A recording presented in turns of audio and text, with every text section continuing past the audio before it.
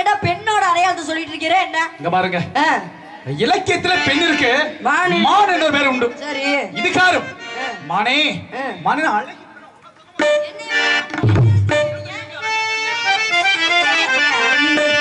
நேரமிது நேரமிது நெஞ்சில் ஒரு பாட்டெழுத நேரமிது நேரமிது நெஞ்சில் ஒரு பாட்டெழுத எண்ணம் எண்ணம் சொல்லெழுத நீ எழுத நான் எழுத இரண்டரு பேர் எழுத நேரமிது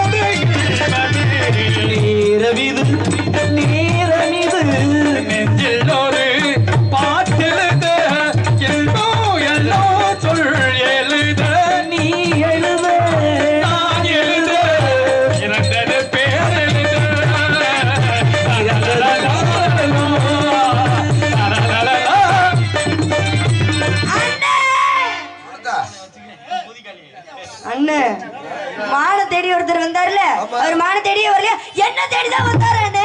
உங்களை தேடி வந்தா ஏதோ ஒரு குறை இருக்குன்னு, எந்த குறை இருந்தாலும் கந்த குறை இருக்கு. என்ன அப்ப என்ன குறை இருக்குன்னு ஏதோ எவ்வளவு தைரியம், எனக்கு எப்படி குறை இருக்குன்னு வேணின்னு எங்க அப்பாட்ட போய் சொல்லவா?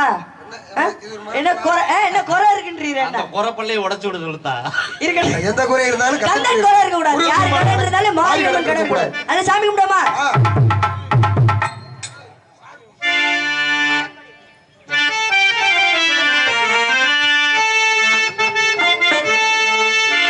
மனம் படைத்தேன் உன்னை நினைப்பதற்கு, நான் வடிவெடுத்தேன் உன்னை வளர்ப்பதற்கு. மனம் படைத்தேன் உன்னை நினைப்பதற்கு, நான் வடிவெடுத்தேன் உன்னை வளர்ப்பதற்கு.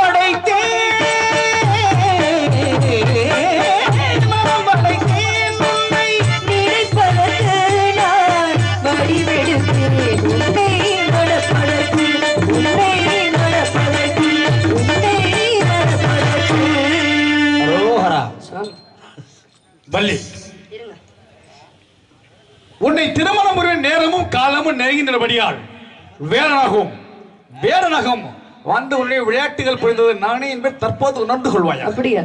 எனக்கு ஒரு வரம் வேண்டும் சுவாமி. என்ன வர வேண்டும்? நமது திருமணத்திற்கு பிறகு உலக மக்கள் அனைவரும் தெய்வானை வள்ளி என்று உங்களை வழிபடாமல் வள்ளி தெய்வானை என்றே உங்களை வழிபட வேண்டும் சுவாமி. எனக்கே முதலிடம் வேண்டும். வள்ளி, நீ என்னுடைய அன்பிற்கு உரியவள்.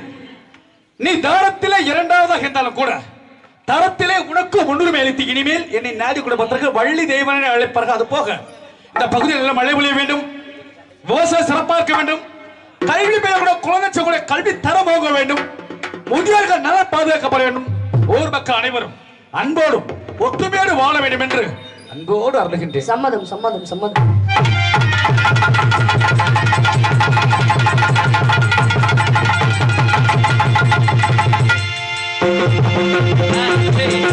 ஆஞ்சலிக்க வேணும் நல்ல மழை பெய்ய வேணும். ஆஞ்சலிக்க வேணும் நல்ல